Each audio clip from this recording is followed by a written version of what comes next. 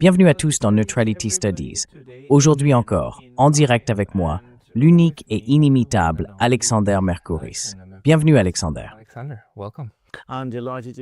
Je suis ravi d'être ici et de te rencontrer enfin en personne, Pascal, en tête-à-tête. Bien sûr, on a déjà échangé de très nombreuses fois, mais c'est la première fois qu'on se voit et c'est vraiment un grand plaisir. De la même façon, j'ai vraiment apprécié toutes ces heures qu'on a passées à parler de politique mondiale. Et justement, c'est de politique mondiale qu'il faut qu'on parle maintenant. On vient d'avoir une conférence sur la russophobie, et vous avez d'ailleurs fait un exposé remarquable où vous avez examiné tout l'héritage littéraire qu'on a sur la russophobie. Vous pouvez nous en donner l'essentiel.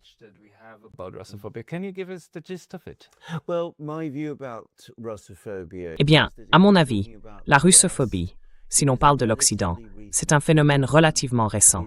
Ça commence vers la fin du XVIIIe, début du XIXe siècle. Et ça prend vraiment de l'ampleur après la chute de Napoléon. Un événement dans lequel la Russie a joué un rôle central. À l'issue de ces guerres, la Russie s'était imposée comme la plus grande puissance militaire d'Europe. Elle y était parvenue en tant que nouvel acteur dans le système des puissances européennes. Et les puissances établies, surtout la Grande-Bretagne et la France, mais au départ, surtout la France, ont été profondément inquiètes de cette situation. Donc, juste après les guerres napoléoniennes, on voit apparaître une campagne médiatique continue.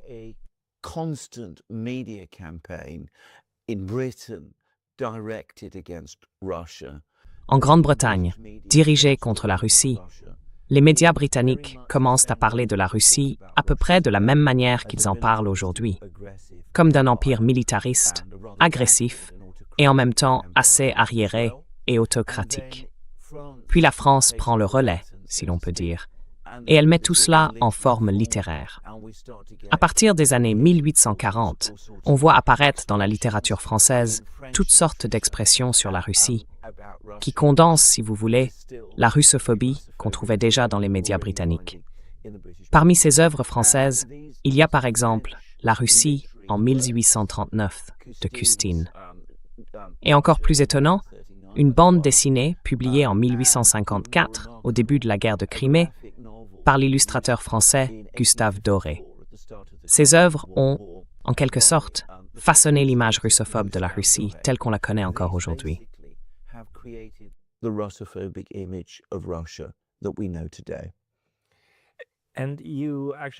Et vous avez justement expliqué comment tout ça progresse, non? Et comment on retrouve encore et encore certains stéréotypes.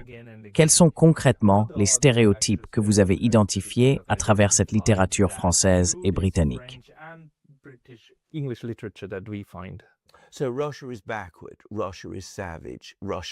Donc, la Russie est arriérée, la Russie est barbare, la Russie est une tyrannie.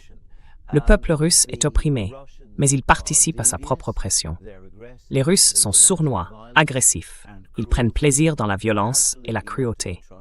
On ne peut absolument pas leur faire confiance, et tout ce qu'on entend de positif à leur sujet est avant tout de la désinformation russe. Et ça d'ailleurs, c'est quelque chose qui apparaît très tôt. Les Russes sont déjà accusés de désinformation assez rapidement. Ensuite, on voit apparaître des formes plus littéraires de ce discours. Je parle de plusieurs romans publiés au XIXe siècle, dans la seconde moitié du siècle, qui reprennent ces différents stéréotypes sur les Russes.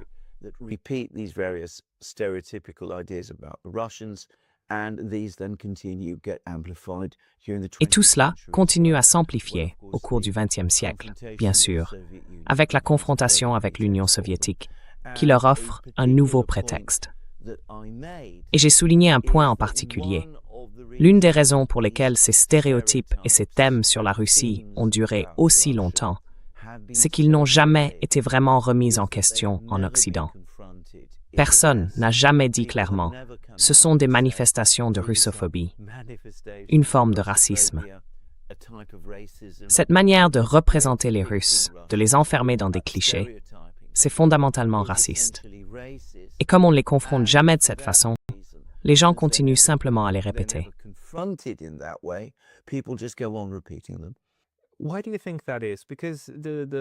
Pourquoi, selon vous, c'est comme ça? Parce que l'Occident, et ce matin j'en parlais avec notre collègue Richard Sakwa, qui parle toujours de l'Occident politique, eh bien on a connu plusieurs vagues où on a reconnu qu'il existait, oui, des formes très fortes de racisme. Je veux dire évidemment le racisme fondé sur la couleur de peau, mais aussi un antisémitisme très présent, et ça on l'a largement reconnu. Mais pourquoi, d'après vous, n'a-t-on jamais reconnu qu'on avait fait la même chose avec les Russes? Et peut-être même au-delà des Russes. Je veux dire, les Slaves, en fait. C'est quelque chose qui revient souvent dans mes discussions avec des gens de l'ex-Yougoslavie, des Croates, des Serbes, des Bosniaques, qui disent non, c'est le monde slave dans son ensemble qui est exclu du récit politique occidental. Et ça, à mon sens, ça va de pair avec une certaine forme de russophobie, voire de slavophobie. Pourquoi, selon vous, ça n'a jamais été vraiment affronté?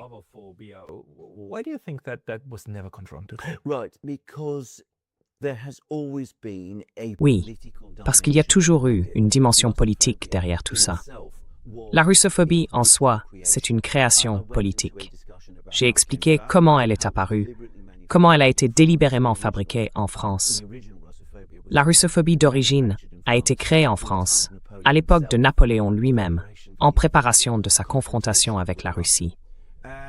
Et le statut de la Russie comme grande puissance a fait que ses rivaux, d'abord la Grande-Bretagne, puis la Grande-Bretagne et la France, ensuite l'Allemagne, puis les États-Unis, mais aussi encore la Grande-Bretagne et la France, ont toujours eu, politiquement, un intérêt à la maintenir et à ne pas la remettre en cause. Si la russophobie devait un jour être apaisée, il faudrait une décision politique, d'abord pour y renoncer, ensuite pour l'affronter. Et cette décision n'a jamais été prise.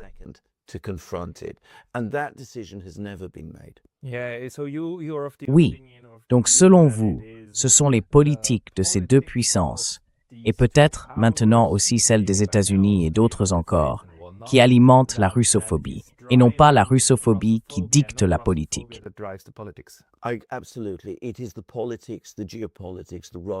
Absolument. Ce sont la politique, la géopolitique, la rivalité, l'agressivité, qui au fond en sont le moteur. Mais il faut nuancer, parce que ce qui se passe ensuite, c'est que les visions russophobes deviennent tellement ancrées, tellement intégrées dans la conscience occidentale, qu'elles finissent d'une certaine manière par influencer la politique.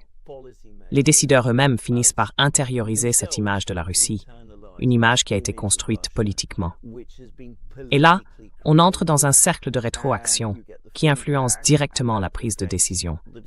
Mais si un jour, il y avait une véritable décision politique, claire et durable, pour affronter ce phénomène, pour le dénoncer comme une forme de racisme, je pense qu'il s'effondrerait très vite. Et à ce moment-là, d'ailleurs, on dépasserait la russophobie. Ce serait alors le moment où un vrai rapprochement avec les Russes pourrait enfin avoir lieu.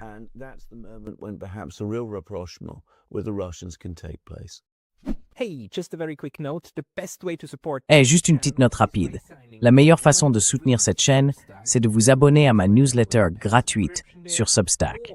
Vous pouvez aussi aider avec un abonnement payant là-bas ou en achetant quelques-uns de nos nouveaux produits sur neutralitystudies.com. Les liens sont juste en dessous. On se retrouve là-bas. C'est vraiment intéressant, fascinant même, surtout si on y pense comme à une forme de racisme. Parce que l'idée, bien sûr, c'est que... Non, enfin, les Russes sont en majorité blancs, non? Même si cette phrase exclut toute la partie asiatique de la Russie. Parce qu'il y a des Kazakhs, il y a d'autres peuples, il y a énormément d'ethnies en Russie. Mais cette idée que non, entre les blancs, il n'y a pas de racisme, évidemment que si.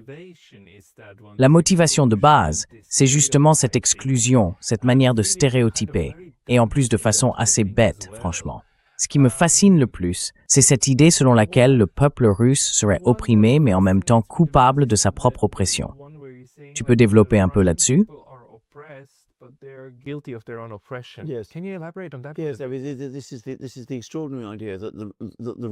Oui, c'est cette idée extraordinaire selon laquelle le peuple russe aurait, en quelque sorte, une nature servile. qu'il chercherait au fond à ce qu'un gouvernement tyrannique lui soit imposé. Et quand cela arrive, ce gouvernement agit de manière oppressive, et les Russes, à un certain niveau, l'acceptent presque, voire y participent. Je donne un exemple à la fois ridicule et absurde, tiré du livre de Gustave Doré, le roman graphique dont je parlais. Dans cette histoire, Ivan le Terrible anéantit pratiquement toute la population russe. Il ne reste plus que 2 personnes, et il leur ordonne de s'arrêter et de s'exécuter mutuellement. Et, parce qu'ils sont russes, c'est exactement ce qu'ils font, sans hésiter.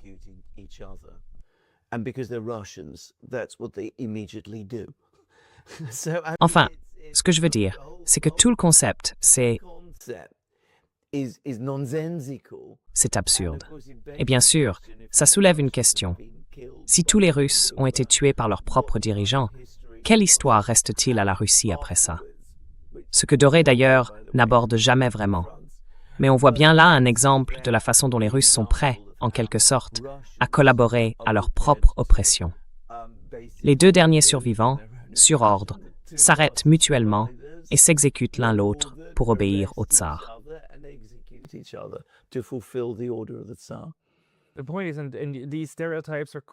Ce qu'il faut comprendre, c'est que ces stéréotypes reviennent encore aujourd'hui, n'est-ce pas? Et on parle bien du 12 juin 2026, donc après plus de 4 ans de guerre en Ukraine. Cette idée d'oppression et du fait que le peuple russe en serait aussi responsable va de pair avec cette drôle d'idée très présente en Occident politique, selon laquelle il suffirait d'exercer un peu de pression pour que le régime russe s'effondre, parce que les gens se soulèveraient, que le régime iranien s'effondrerait et que les gens se soulèveraient aussi. Est-ce que cette idée vient en fait d'une forme de russophobie qui serait ensuite appliquée à d'autres pays?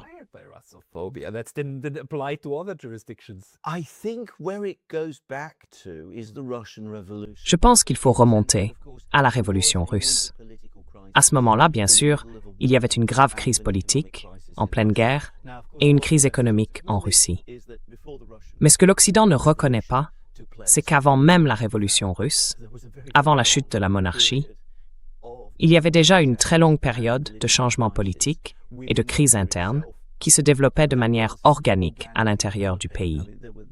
Or, le discours russophobe a toujours eu beaucoup de mal à accepter l'idée que les Russes ont une véritable capacité d'action, qu'il existe une société russe, que les Russes ont leurs propres opinions et que ces opinions peuvent réellement influencer la vie politique en Russie.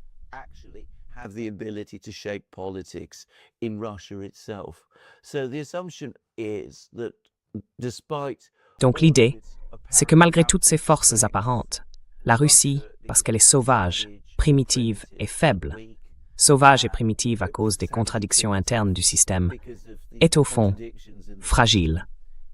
C'est un château de cartes. Et si on souffle assez fort dessus, tout s'écoule. D'ailleurs, c'est exactement le message du livre de Gustav Dyer, écrit pendant la première année de la guerre de Crimée.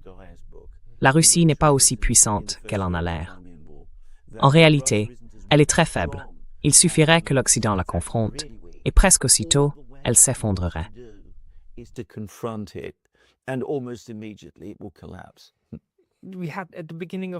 Au début de la guerre, enfin, c'était fascinant, non? La Commission européenne et d'autres encore répétaient que les Russes se battaient avec des pelles, qu'ils s'accrochaient à ce territoire avec les dents, qu'ils avaient été repoussés. Des machines à laver, vous vous souvenez? Des puces venues de machines à laver. Ce genre d'idée. Et même quand rien de tout ça ne s'est réalisé, l'idée que la Russie va s'effondrer bientôt est toujours là, encore aujourd'hui. C'est même ce qui inspire tout le 20e paquet de sanctions et le reste. Comment vous expliquez que, malgré la réalité, ils ne puissent pas se convaincre que ce stéréotype est faux?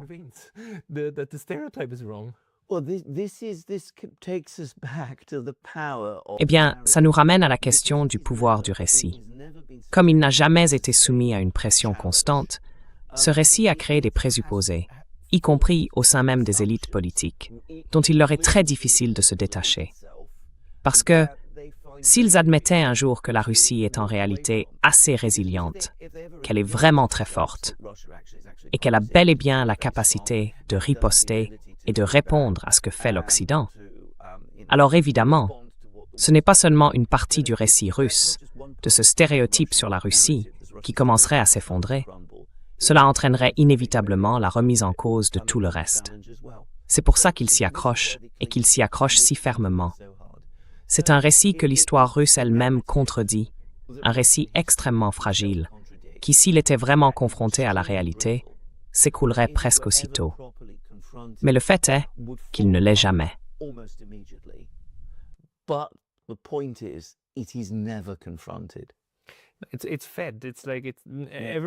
C'est alimenté, oui. Chaque année, on retrouve ce même glissement dans la façon dont on est censé penser aux Russes. Et à mon sens, il y a deux dimensions là-dedans. D'un côté, on parle de russophobie, mais le mot phobie implique la peur, non? Et il y a clairement un élément de peur entretenu à propos des Russes. L'idée, par exemple, que demain ils seront au Portugal, que si l'OTAN n'est pas assez forte, ils envahiront toute l'Europe, les pays baltes, la Pologne, l'Allemagne, encore une fois toute l'Europe, vous voyez. Ça, c'est la partie peur. Mais ensuite, il y a la partie haine.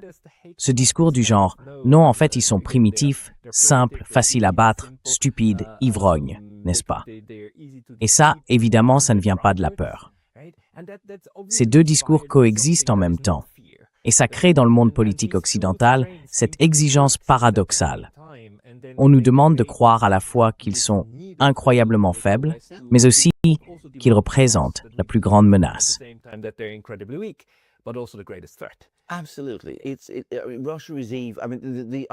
Absolument.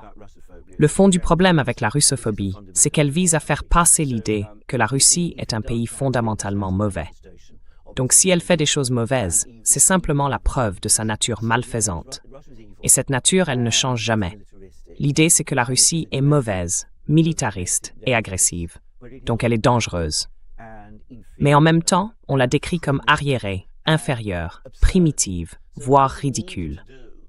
Ce qui conduit à penser qu'il suffit de lui faire face et que par définition, elle échouera. Alors, on nous dit qu'il faut être fort pour la confronter. Mais si nous sommes forts, nous gagnerons. C'est en gros la fonction de la russophobie. Mobiliser l'opinion publique occidentale en lui répétant que les Russes sont à la fois mauvais, dangereux, absurdes et faibles. Ainsi, on peut les affronter et on gagnera.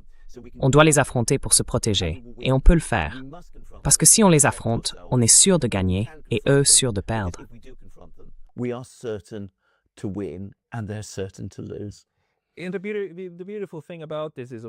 Ce qui est beau là-dedans, évidemment, c'est que c'est quelque chose qu'on n'a pas besoin d'expliquer.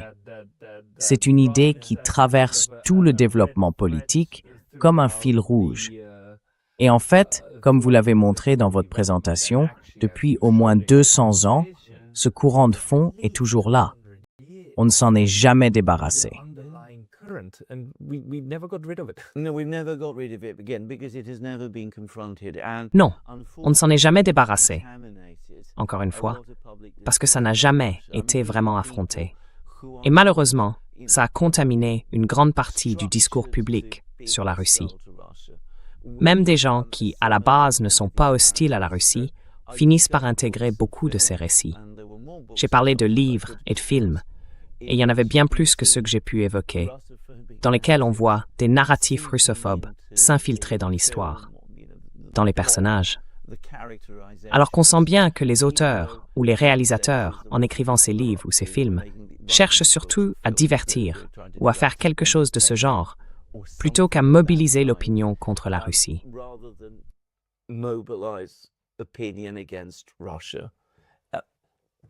Oui, mais c'est justement ça avec Enrico Tocco. Oui, tu vois, ça fait partie de la culture. C'est un phénomène culturel. C'était justement le sens de ma présentation. Ce qui au départ relevait de la politique est devenu une affirmation culturelle, profondément ancrée aujourd'hui dans la culture occidentale moderne. Les Russes y sont toujours, ou presque toujours, représentés d'une certaine manière, que ce soit dans la littérature ou dans le cinéma occidental.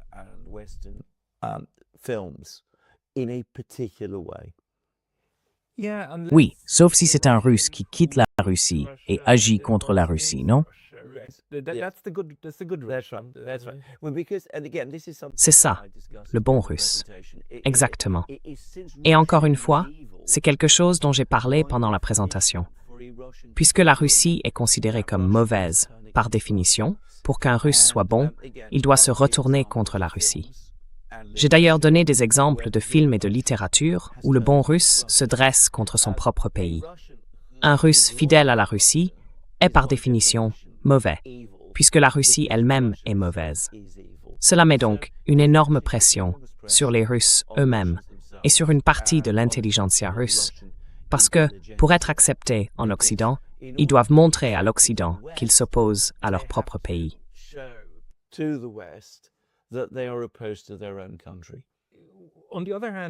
D'un autre côté, on a eu cette discussion intéressante avec des collègues russes.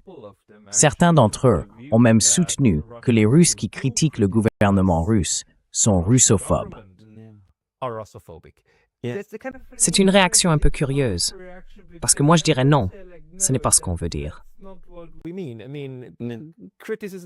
La critique du gouvernement russe, qu'il s'agisse du tsar, de l'Union soviétique ou du gouvernement actuel, on ne doit pas tout mettre sur le même plan, n'est-ce pas?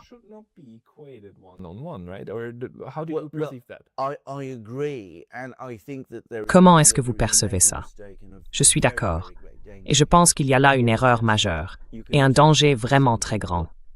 Parce qu'on voit aussi que certaines personnes en Russie utilisent tout cela pour faire taire la dissidence et étouffer le débat. Et je crois que nous avons tous les deux constaté des signes de ce phénomène qui sont assez préoccupants. Mais nous devons aussi reconnaître une part de responsabilité, nous en Occident. Parce que cette idée, selon laquelle un bon Russe serait forcément un Russe opposé à son gouvernement, rend beaucoup plus difficile pour les Russes de mener leur propre discussion interne sur l'évolution de leur société. Car si un Russe veut être accepté en Occident, même s'il reste loyal à la Russie, il ressent souvent le besoin de critiquer, d'une manière qu'il n'aurait peut-être pas adoptée s'il avait été laissé tranquille. Pendant ce temps, d'autres Russes peuvent réagir à ces critiques en disant « Ce que tu dis, ce n'est pas par amour de la Russie, ni par patriotisme, c'est parce que tu agis pour le compte de l'Occident. »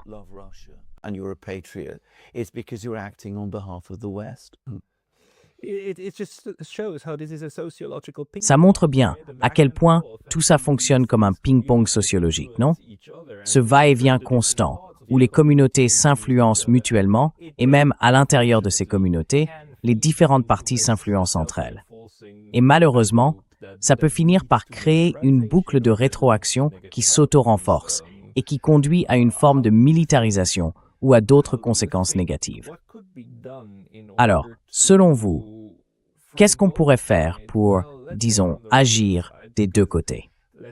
Enfin, prenons le côté russe, parce que, oui, vous avez raison, cette russophobie n'a jamais vraiment été affrontée. Qu'est-ce qu'on pourrait faire du côté russe pour dire, hey les gars, et si on déconstruisait un peu tout ça?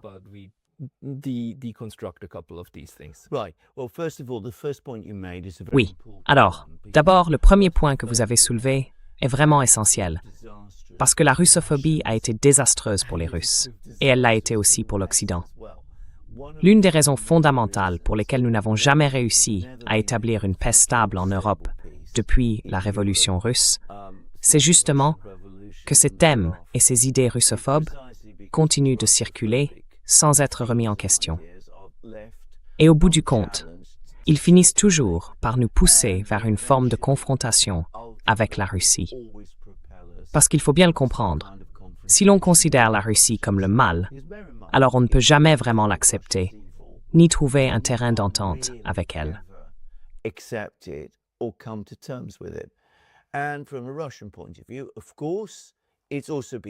Et du point de vue russe, bien sûr, c'est aussi un désastre absolu.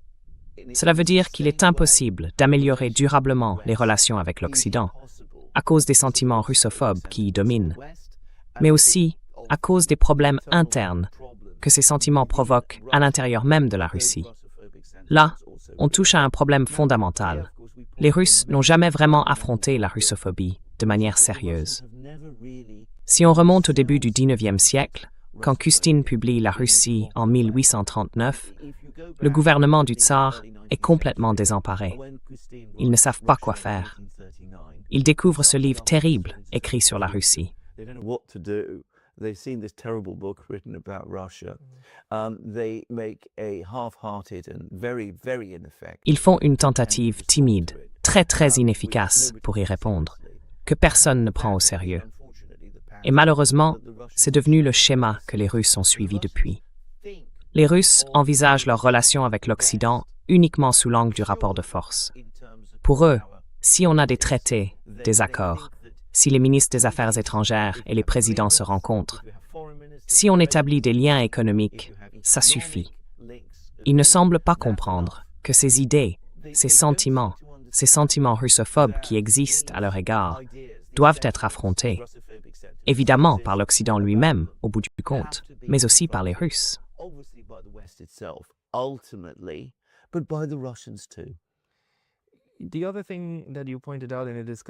L'autre point que vous aviez soulevé plus tôt dans la discussion, c'est que la Russie a cette tendance à envisager ses relations avec l'Occident de manière rationnelle, presque rationaliste, n'est-ce pas? L'idée que si on présente telle ou telle position assez longtemps, il finira bien par y avoir un débat à ce sujet. Ou que si on propose certains types de traités, on peut les conclure et trouver un accord, si on le souhaite. Bref, une approche rationnelle, en partant du principe que l'autre acteur l'est aussi.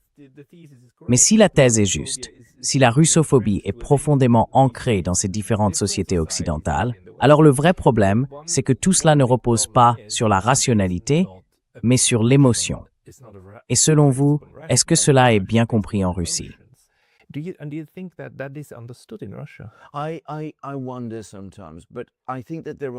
me demande parfois, mais je pense qu'il y a deux choses en jeu.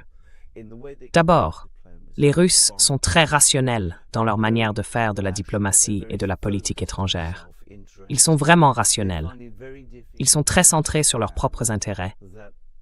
Et ils ont beaucoup de mal à comprendre que d'autres ne le soient pas.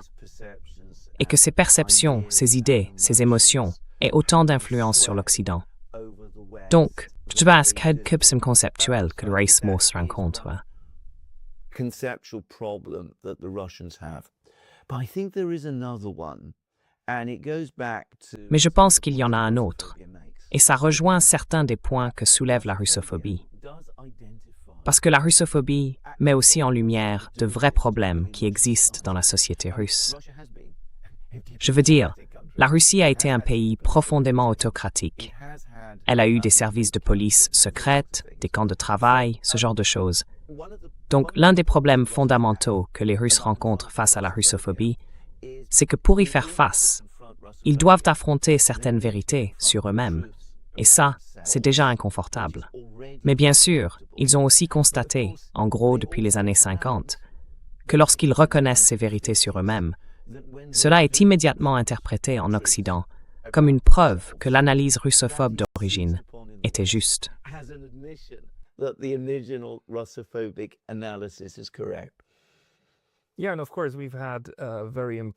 Oui, et bien sûr, il y a eu d'importants hommes d'État soviétiques qui ont vraiment essayé d'affronter les problèmes du pays, et c'était Mikhail Gorbatchev.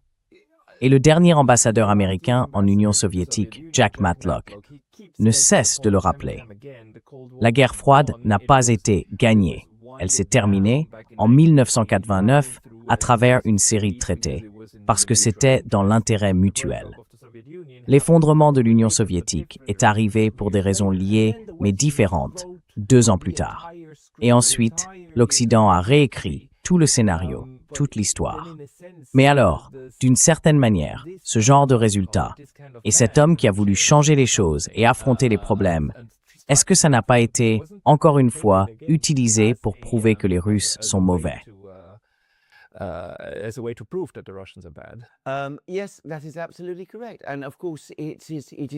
Oui, c'est tout à fait exact. Et bien sûr, c'est l'une des raisons pour lesquelles, en Russie aujourd'hui, beaucoup considèrent Gorbatchev comme un traître. Parce qu'il a commencé à affronter des problèmes réels, concrets, qui existait au sein de la société russe.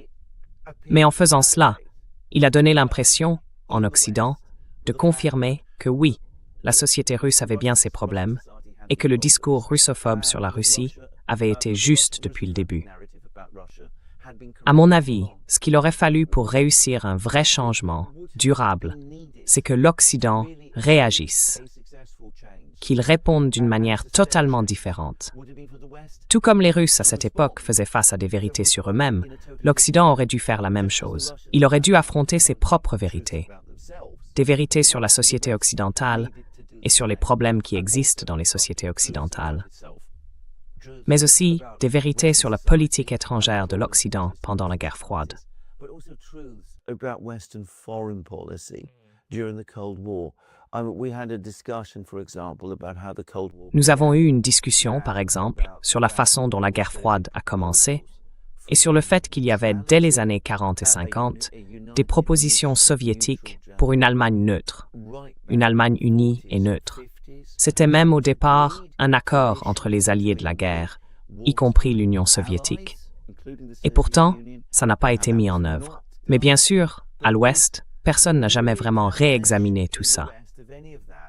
L'idée dominante, c'était que l'Occident avait toujours raison pendant toute la guerre froide et que les Russes avaient toujours tort.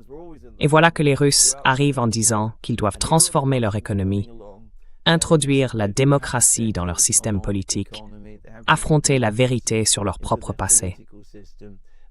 Et pour beaucoup, ça prouvait simplement que nous avions eu raison sur tout depuis le début.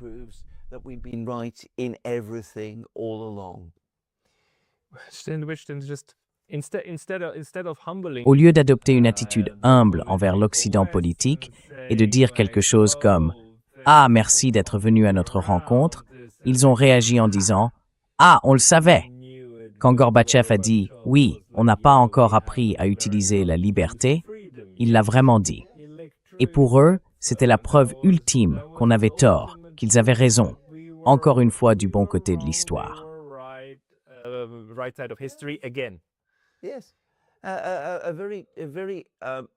Oui, une société très sophistiquée, très instruite, ce qu'était devenu la Russie à cette époque, a été traitée d'une manière incroyablement condescendante et paternaliste.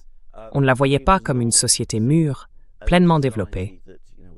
On la voyait comme une société qu'il fallait contrôler, guider, presque éduquer, pour la remettre sur la bonne voie.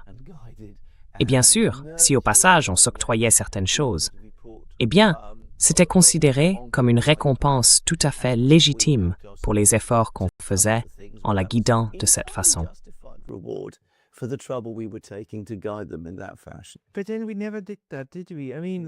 Mais au final, on ne l'a jamais fait, n'est-ce pas?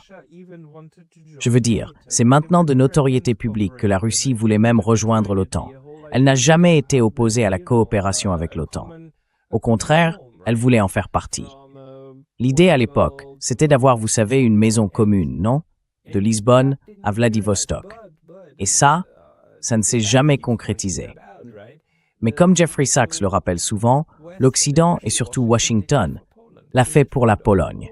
Il l'a fait pour tous les anciens pays du bloc de l'Est, sauf pour la Russie. Est-ce que selon vous, ça fait partie des récits russophobes ou est-ce que c'est autre chose qui se joue là?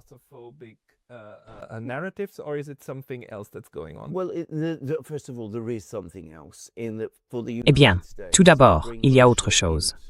Si les États-Unis faisaient entrer la Russie dans l'OTAN, ce serait introduire une autre grande puissance au sein de l'Alliance, une puissance qui rivaliserait avec eux. Parce que dans ce cas, la Russie serait le seul pays de l'OTAN. En fait, ce serait le pays de l'OTAN dont la puissance ne pourrait pas être dominée par les États-Unis. Je veux dire, elle resterait une puissance nucléaire. Elle resterait le plus grand pays du monde en superficie. Elle garderait des forces armées puissantes, une industrie puissante. Donc, d'un point de vue très simple, si l'on veut préserver la position des États-Unis comme grande puissance et comme puissance dominante de l'OTAN, on ne peut pas y faire entrer les Russes.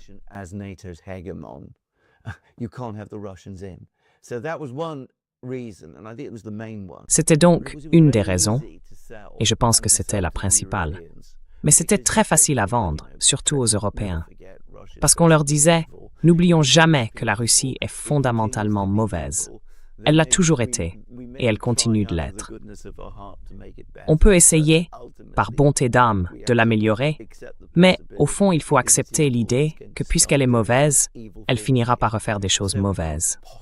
Donc on ne peut pas la voir dans le temps. Parce que si on le faisait, ce serait comme faire entrer un animal sauvage dans notre beau jardin.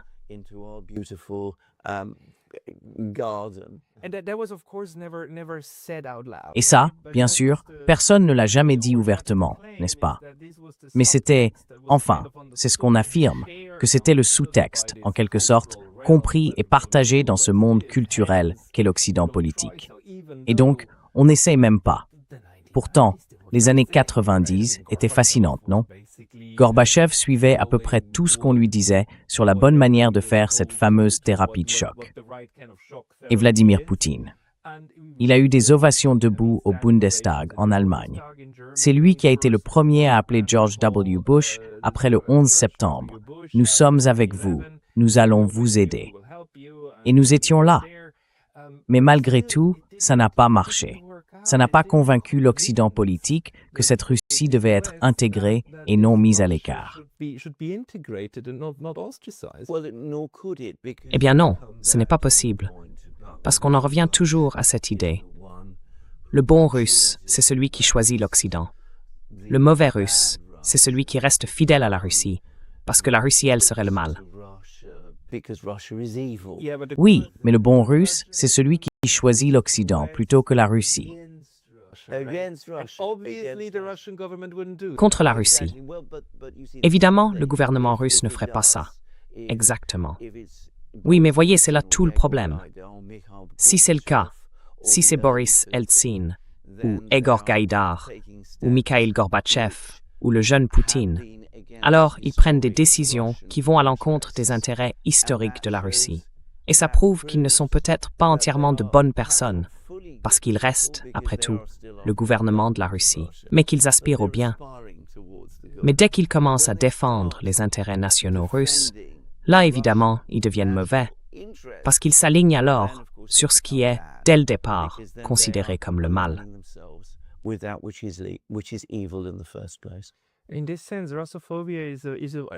En ce sens, la russophobie est en fait un outil très pratique pour maintenir une certaine cohésion entre les différentes composantes de l'Occident politique. Parce que, d'un côté, si elle réussit, elle mènera finalement à la dissolution de la Russie. Donc, l'objet même du problème disparaît. Et si ça n'arrive pas, eh bien, c'est simplement la preuve que les stéréotypes sont vrais. Ils sont mauvais, ils se battent contre nous, ils envahissent nos esprits, parce que, évidemment, le mal existe. Et un matin, cet homme s'est réveillé, pris d'une crise de rage, et il a envahi. Donc au fond, c'est un cercle qui s'auto-entretient, non?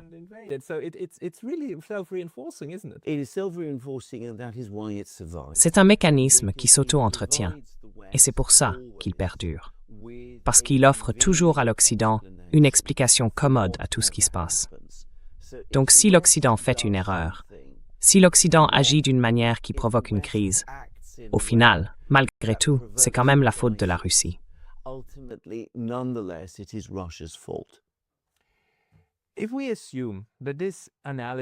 Si on part du principe que cette analyse, ou disons ce diagnostic du problème, de la maladie qui se cache derrière une partie du problème sociologique, admettons qu'il soit juste, et que nous ne soyons pas simplement deux fous isolés dans une cabane au fond des bois.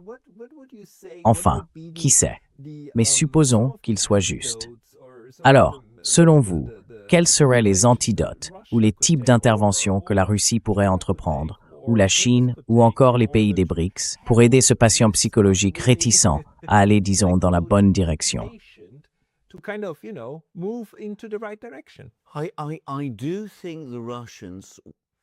Je pense que les Russes devraient être beaucoup plus fermes pour dénoncer cela.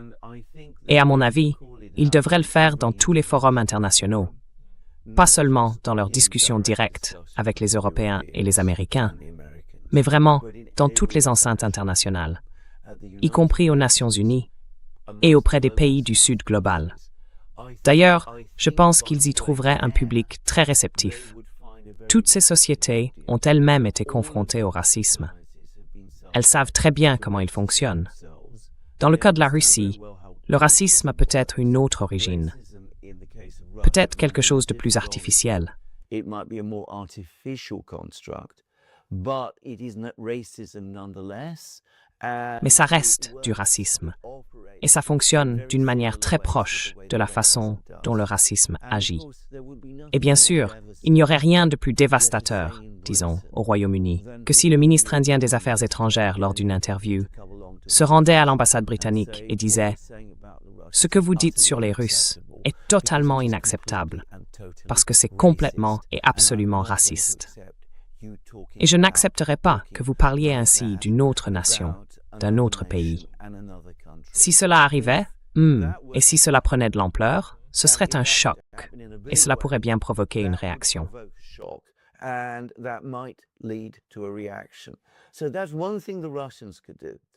Donc ça, c'est une chose que les Russes pourraient faire. L'autre chose qu'ils peuvent faire, et c'est la partie la plus difficile, c'est de continuer à construire leur propre société. C'est évident, mais ils doivent vraiment se concentrer là-dessus. Ils doivent la développer d'une manière qui, selon moi, fasse progresser leur démocratie et leur société, d'une façon qui, clairement, ne corresponde pas à la propagande, à ce récit russophobe.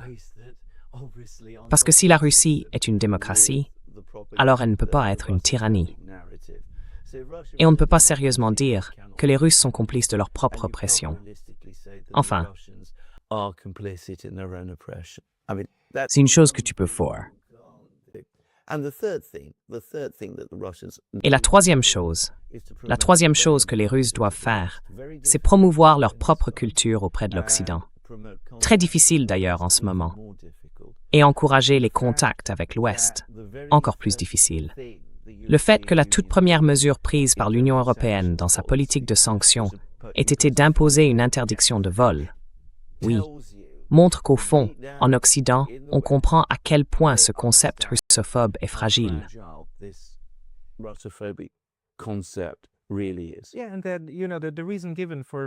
Oui. Et puis, vous savez, la raison qu'on donne pour interdire RT et d'autres choses, pour interdire la culture russe, la musique russe, c'est toujours « Ah, c'est de la propagande ». Parce qu'ils vont mentir, n'est-ce pas? Ils vont mentir. Et notre population, soi-disant naïve et stupide, ce qui en fait révèle une forme de racisme qu'ils appliquent contre les leurs, serait trop bête pour comprendre, donc il faudrait la protéger. Mais laissons ça de côté. Ce n'est pas seulement une question de désinformation, n'est-ce pas?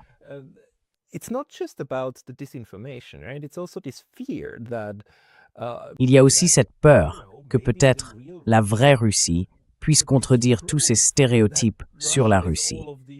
Alors, il faut empêcher les contacts. Et on ne voit pas ça avec les Chinois. On ne voit pas ça non plus avec... Enfin non, on le voit aussi avec l'Iran, la façon dont l'Occident essaie d'empêcher quiconque de découvrir ce qu'est vraiment l'Iran. Donc il y a ces barrières qui font en sorte que les stéréotypes se renforcent et que les vrais contacts humains d'une personne à l'autre deviennent aussi difficiles que possible.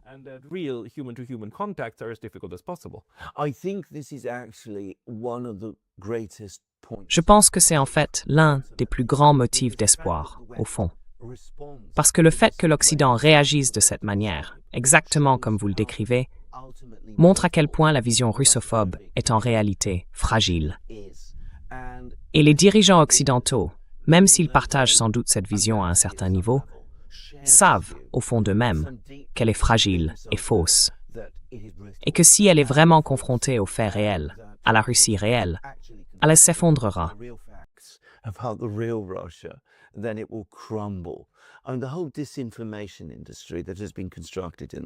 Et tout ce système de désinformation qui s'est construit en Occident a en partie été créé pour empêcher les Occidentaux de comprendre, de découvrir la réalité russe telle qu'elle est.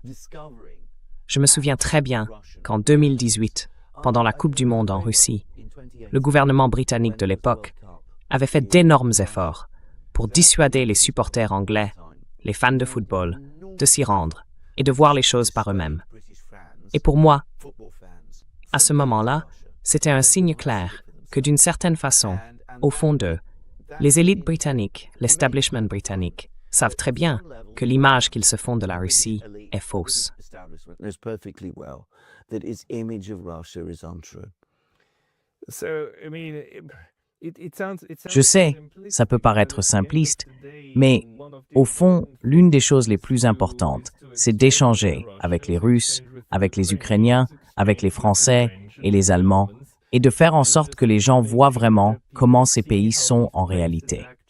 C'est un peu frustrant, mais c'est exactement ce que fait cette histoire de russophobie.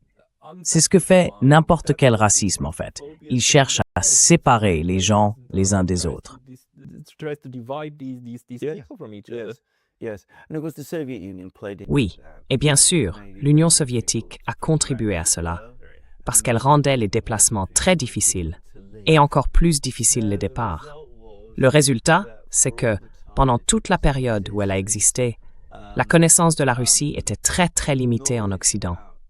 Aujourd'hui, ce problème ne devrait plus exister. Mais on voit qu'à la première occasion, les barrières se relèvent. Sauf que cette fois, ce sont nous qui les dressons. The barriers are put up, but they're put up by us. Now, as I said, this is a difficult journey. But Comme je l'ai dit, c'est un parcours difficile. Mais ce qu'il faut garder en tête, c'est qu'en Occident, la plupart des gens ont une idée très précise de ce qu'ils pensent être la Russie. Voilà, c'est un pays que beaucoup croient très bien connaître. Sauf qu'en réalité, une grande partie de ce qu'ils croient savoir, peut-être même la majorité, est complètement faux. C'est donc quelque chose de très fragile. On veut préserver cette réalité fragile. Tout le monde croit savoir. Tout le monde est convaincu d'avoir raison, sans jamais être confronté à la réalité, parce qu'elle ne correspond pas à ce qu'ils imaginent. because it is not the way people believe it to be. Oui, et là, on se heurte au problème de l'effet Dunning-Kruger. En gros, moins on comprend un sujet, plus on a tendance à croire qu'on en sait beaucoup, ce qui est malheureux, mais en même temps assez naturel, exactement. Donc même le simple fait de se dire qu'on devrait davantage étudier l'autre, c'est déjà bien sûr une idée totalement contraire au récit russophobe. Mais oui, je pense que tous ces points sont vraiment très importants pour comprendre ce sujet et qu'il faudrait en parler beaucoup plus. Alexander, est-ce qu'il y a autre chose, selon toi, qu'on n'a pas encore abordé? Is there something else that you think we haven't covered yet that we should discuss? Well, I mean, we can just mention very quickly the extent. Eh bien, je veux dire, on peut simplement évoquer très rapidement à quel point la russophobie a corrompu la société, notre propre culture. Parce que, comme je l'ai dit, on retrouve des stéréotypes culturels sur les Russes insérés dans les livres, les films et toutes sortes de productions. Je pourrais parler de films populaires, de livres à succès et du fait que, comme je l'ai déjà dit, je pense que beaucoup de ceux qui créent ces œuvres seraient profondément choqués si on leur faisait remarquer que les représentations des Russes qu'on y trouve sont en réalité racistes, par exemple. Et si l'on considère que le racisme est quelque chose de mal en soi, ce que bien sûr la plupart des gens pensent, alors, comme je l'ai dit, c'est une forme de corruption. Most people do, yeah, we Most agree. people do. Then, as I said, this is corrupt. I will give you an example, a particular example, which is extreme. Je vais vous donner un exemple précis, un peu extrême et peut-être même assez ésotérique. Il s'agit des discussions critiques autour de la musique de certains compositeurs soviétiques, notamment Shostakovich et Prokofiev. Il y a eu un énorme effort, surtout de la part de certains critiques occidentaux, pour affirmer que cette musique contiendrait toutes sortes de thèmes anti-soviétiques, des messages codés cachés dans les partitions, et que c'est justement cela qui rendrait la musique bonne. Exactement. Ce qui veut dire qu'un anticommuniste, un russophobe hostile à l'Union soviétique, peut s'asseoir, écouter la 10e symphonie de Shostakovich et l'apprécier, parce qu'il est convaincu qu'elle transmet un message auquel il est sensible, en tant que russophobe lui-même. Eh bien, moi, je pense que c'est une manière fondamentalement forcée d'écouter la musique. Et au fond, c'est une approche corrompue. Listening to music. And again, it is a corrupt one ultimately. It just shows. Vous savez, ça montre à quel point il y a des couches à enlever avant d'arriver au cœur du problème. et à quel point ce chemin va être difficile. Même si la décision était prise, ça prendrait des décennies, non? Oh, it'll take an enormous deal. Let's go quickly. Oh, il faudrait un accord énorme pour ça. Passons vite à un sujet plus populaire. J'ai parlé, pendant notre discussion, de la présentation que j'ai faite sur une image bien précise, une image russophobe qui s'est construite. C'est celle de la femme russe vertueuse, la bonne, qui choisit l'Occident, alors que les autres femmes russes seraient dépravées, mauvaises, meurtrières, cruelles. Et c'est frappant de voir à quel point cette image d'un certain type de femme russe est forte. Par exemple, au Royaume-Uni, ces 10 dernières années, il y a eu une série télévisée qui s'appelle Killing Eve, où le personnage principal est une jeune tueuse en série psychopathe, complètement dépravée. Et bien sûr, elle est russe. And of course, she's Russian. Je n'ai pas vu ça. Elle doit l'être. Because but in fact, if you look at the plot of the story, Mais en réalité, si on regarde bien l'intrigue de l'histoire, rien n'oblige le personnage à être russe. L'intrigue fonctionnerait tout aussi bien. Le concept entier tiendrait la route.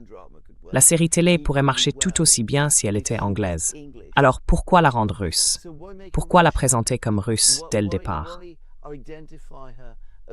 Je suis absolument certain que les créateurs de cette série n'avaient aucune intention de créer des tensions sur le plan géopolitique.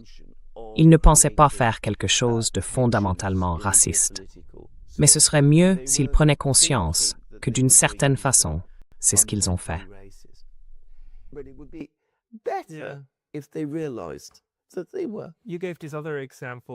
Vous avez donné cet autre exemple, bien sûr, celui de James Bond, le personnage d'Ian Fleming, et du film Bon baiser de Russie. C'est l'un de ceux où il utilise vraiment ces méthodes, mais peut-être qu'il avait lui-même compris que ce n'était pas forcément la meilleure chose à faire. Et dans les films suivants, on a commencé à voir un changement. Yeah, right. Okay, so the novel. Tu peux juste... the actual original Oui. novel, From Russia with Love. Voilà, comes out in c'est bon. 1957. Alors, le roman, le vrai roman original, Bon baiser de Russie sort en 1957. Il contient absolument tous les clichés russophobes dont on a parlé. La Russie est présentée comme maléfique, agressive, militariste, tyrannique. Les Russes sont dépravés. Ils participent eux-mêmes à leur propre oppression. Même quand ils jouent bien aux échecs, c'est perçu comme quelque chose de sinistre, parce que ça prouverait à quel point ils sont rusés et trompeurs. Et bien sûr, au cœur de Bon baiser de Russie, on trouve la belle et vertueuse russe qui fait défection vers l'ouest. Et en face, il y a la russe maléfique, dépravée laide, Rosa Klebb, tueuse de Smersh, exécutrice, opératrice, totalement diabolique. Utterly evil operator. So you had all of the Russophobic tropes. Donc, on retrouve là tous les clichés russophobes. Ian Fleming, que ma mère connaissait, a fini par s'en inquiéter de plus en plus avec le temps. Il a commencé à se rendre compte, parce que c'était un homme intelligent et sensible, de ce qu'il avait fait. Et au moment où les films ont commencé à être produits, il avait déjà commencé à changer de point de vue. Les films réalisés du vivant de Fleming, et même ceux qui ont suivi pendant longtemps, font très attention à ne pas désigner les Russes comme les adversaires. D'ailleurs, c'est aussi vrai pour les derniers romans de James Bond écrits par Fleming. Les Russes et cette agence russe contre laquelle James Bond se bat, totalement fictive d'ailleurs, appelée Smersh, sont remplacés par le Spectre, qui est en fait une organisation criminelle. Which is essentially a criminal organization. Now, I happen to know that Fleming. Je sais par ma mère que Fleming était parfaitement conscient de ce qu'il faisait. Il avait de gros doutes sur la guerre froide. Et certaines des idées qu'on trouve dans ses premiers livres, il ne les a jamais reniées, parce que bien sûr, ça lui rapportait beaucoup d'argent. Et Bon baiser de Russie était le roman préféré de John F. Kennedy. Donc il ne pouvait pas vraiment le désavouer. Mais il en était mal à l'aise. Il a commencé à changer assez profondément ses opinions politiques. Et à la fin de sa vie, c'est un fait presque inconnu, il était devenu un partisan de la révolution de Castro à Cuba. Il l'a fait? Oui. Just saying. C'est dommage. Bon, d'accord. Mais ça montre que tout n'est pas perdu, que tout n'est pas fichu, et que les gens peuvent changer. Que l'introspection, le fait de réfléchir à ce qu'on fait et à la façon dont on voit les autres, peut vraiment aider. C'est une note pleine d'espoir pour conclure. Alexander, bien sûr, vous êtes l'un des deux visages de The Duran, et c'est là que les gens devraient aller, The Duran sur YouTube. Vous avez aussi votre propre chaîne YouTube, Alexander Mercouri, sous votre nom. Je suis sûr que tous ceux qui regardent savent déjà ça. Vous avez l'émission la plus brillante qui soit, chaque jour. C'est très gentil à vous de le dire, Pascal. Et vous aussi, vous avez une excellente émission. Je vous écoute tous les jours, et moi aussi. Merci. Soutenez tous The Duran, Alexander Mercouris et votre collègue Alex Christoforou. Alexander, c'était un vrai plaisir de vous avoir avec nous. Merci. Merci beaucoup, Pascal. To have you had. Thank you. Thank you very much, Pascal.